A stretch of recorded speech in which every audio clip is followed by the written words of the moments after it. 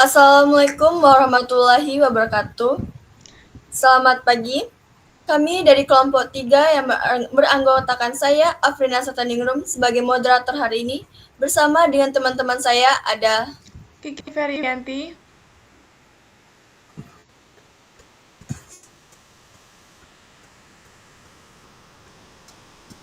Saya Imro'atul Hasanah. Saya Desta Asmidia. Saya Nandita Mawadah Putra.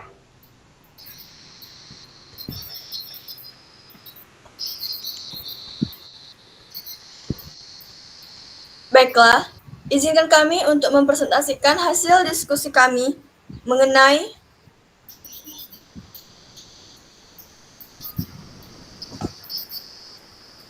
tentang kondisi negara Indonesia dewasa ini dilihat dari penyelenggaraan negara, apakah sudah sesuai dengan Pancasila atau belum. Langsung saja kita masuk ke materi pertama yang akan disampaikan oleh Saudari Kiki. Kepada Kiki kami persilakan. di sini saya akan menyampaikan tentang penyelenggaraan negara. Penyelenggaraan negara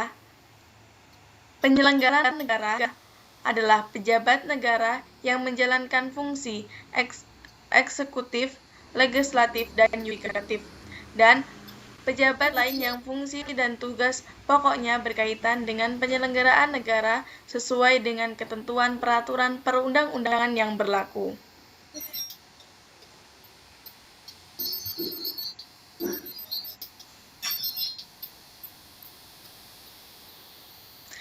Kemudian ada juga penyelenggaraan negara meliputi 1. Pejabat negara pada lembaga tertinggi negara.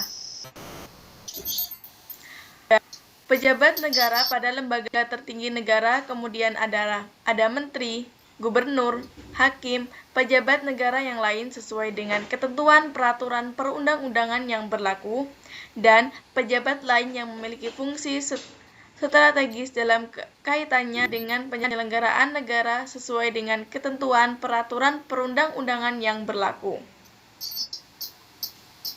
Selanjutnya akan disampaikan oleh Saudari Imroa. Kepada Imroa saya persilakan.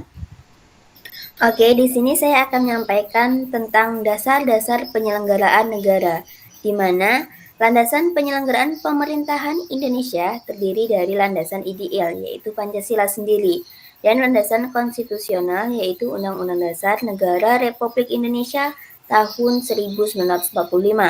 Sedangkan landasan operasional tidak dikenal lagi sejak GBHN dihapuskan dalam amandemen Undang-Undang Dasar Negara Republik Indonesia pada tahun 1945. Kemudian dasar operasional ini diacu pada Undang-Undang Propenas. Jadi diketahui bahwa sistem pemerintahan Indonesia pada saat ini yaitu menganut sistem pemerintahan presidensil.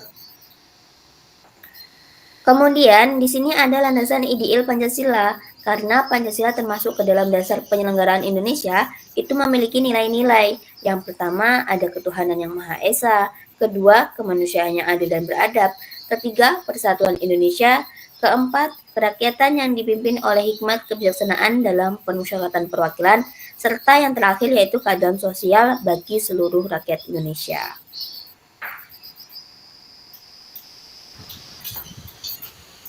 Baiklah, materi selanjutnya akan disampaikan oleh Saudari Desta. Kepada Desta saya persilakan. Baiklah, di sini saya akan menyampaikan penyelewengan nilai-nilai Pancasila. Penyelenggaraan negara belum sesuai dengan Pancasila. Itu dibuktikan dengan banyaknya penyelewengan yang terjadi dan tidak sesuai dengan nilai-nilai Pancasila. Contohnya sebagai berikut.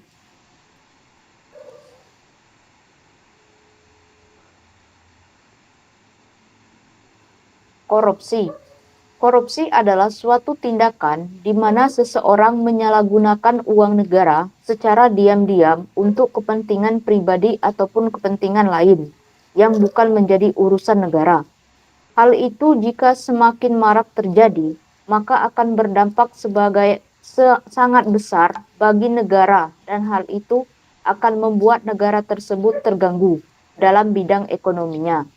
Jika ekonomi terganggu, maka kehidupan negara tersebut juga akan terancam bahaya.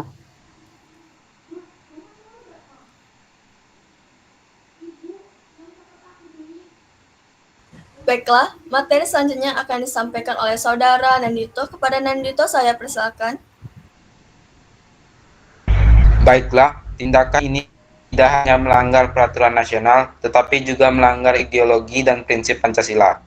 Dengan menyimpang dari anti Pancasila, cita-cita yang dicita-citakan oleh negara dan rakyat lama-kelamaan akan hancur. Oleh karena itu, penting dalam tindakan korupsi terhadap Pancasila, yaitu dengan melakukan tindakan korupsi, kita menghancurkan Pancasila yang diperjuangkan oleh para pendiri bangsa kita sampai titik darah penghabisan. Penyimpangan yang terjadi dari nilai Pancasila sebagai berikut.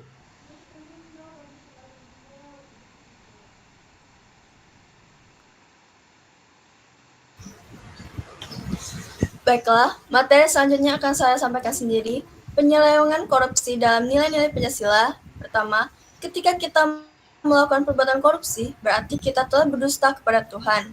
Kedua, karena telah mengadopsi tindakan yang memperlakukan kekuasaan dan jabatan sebagai tempat di mana mereka bisa mendapatkan apa yang mereka inginkan untuk kebahagiaan mereka dan merugikan orang lain melalui korupsi. Tiga, korupsi merupakan perbuatan yang dapat merusak kepercayaan masyarakat, sehingga membuat masyarakat merasa takut dan tidak peduli lagi dengan kegiatan pemerintah. Lama-kelamaan akan membuat Indonesia tidak harmonis. Keempat, dengan korupsi, itu sama saja telah melakukan tindakan dengan keputusan sendiri, dan hal itu tidak baik karena dalam menentukan dan melakukan segala sesuatu haruslah berdasarkan keputusan bersama, karena Indonesia sangat menjunjung tinggi musyawarah. Jika melakukan tindakan korupsi, berarti sama saja telah meremehkan kekuatan musyawarah dan hal itu membuat negara menjadi terpecah belah.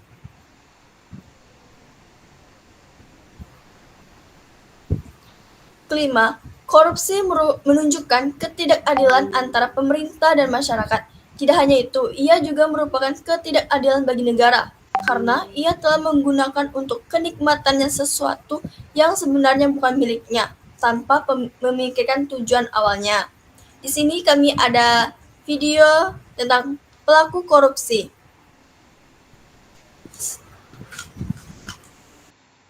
Saudara Maria Pauline Lumowa adalah satu dari 5 pelaku korupsi dengan nilai jarahan terbesar di Indonesia. Kami hadirkan ini, saudara. Yang pertama adalah Edi Tansil, pria kelahiran Makassar tahun 1953 ini terlibat dalam kasus kredit macet Bapindo dengan nilai jarahan sebesar 9 triliun rupiah.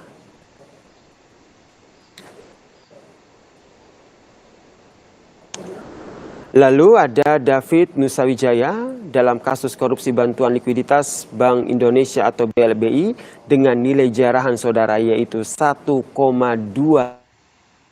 triliun rupiah.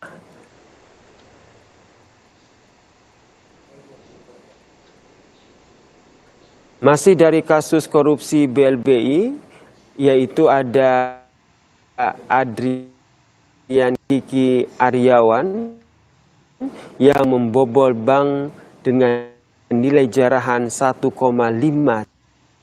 triliun rupiah.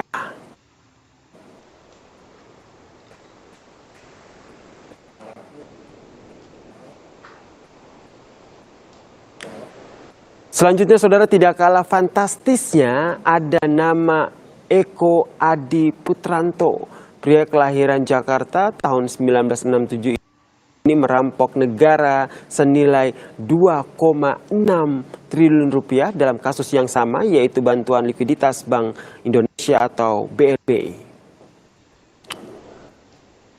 Dan yang terakhir, Maria Pauline Lumowa dengan kasus letter of credit fiktif, dirinya merampok uang negara melalui Bank Negara Indonesia atau BNI senilai 1,7 triliun rupiah.